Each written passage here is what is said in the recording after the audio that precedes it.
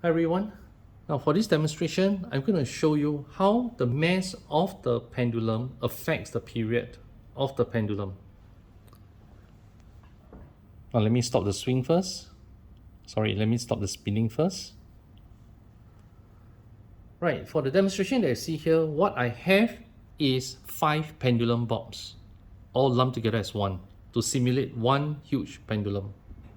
So the mass here is 5 times the mass of one pendulum.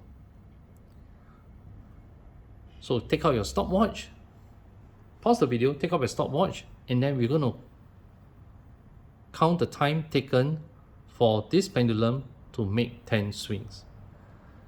Afterwards, what I'm going to do is I'm going to remove 4 pendulum. I'm going to keep the length of the pendulum constant, and you're going to calculate the time taken for 10 swings. And you're going to compare both timings. Now for these 5 pendulums, I'm going to start the swing now.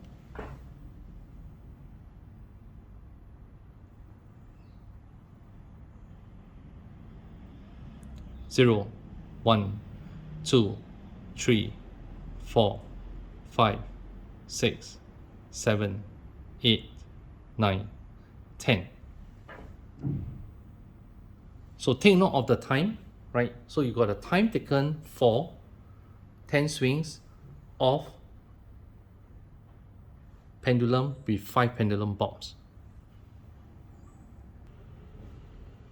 So I removed 4 pendulum bobs and now I left with 1.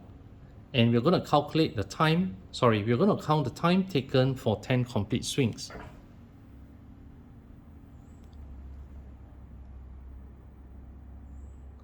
Zero, 1, 2, 3, 4, 5, 6, 7, 8, 9, 10. There you go. So now you have the time taken for 10 complete swings of one pendulum bob and the time taken for 10 complete swings for 5 pendulum bobs. One is larger mass, the other is a smaller mass. Compare the two different timings that you have. Well, I would expect the timing to be a little bit different, but they should be almost equal. So what this demonstration shows you is that the mass of the pendulum bob does not affect the period of the pendulum. So I hope this demonstration can show you, can prove to you that the mass of the pendulum bob does not affect the period of the pendulum.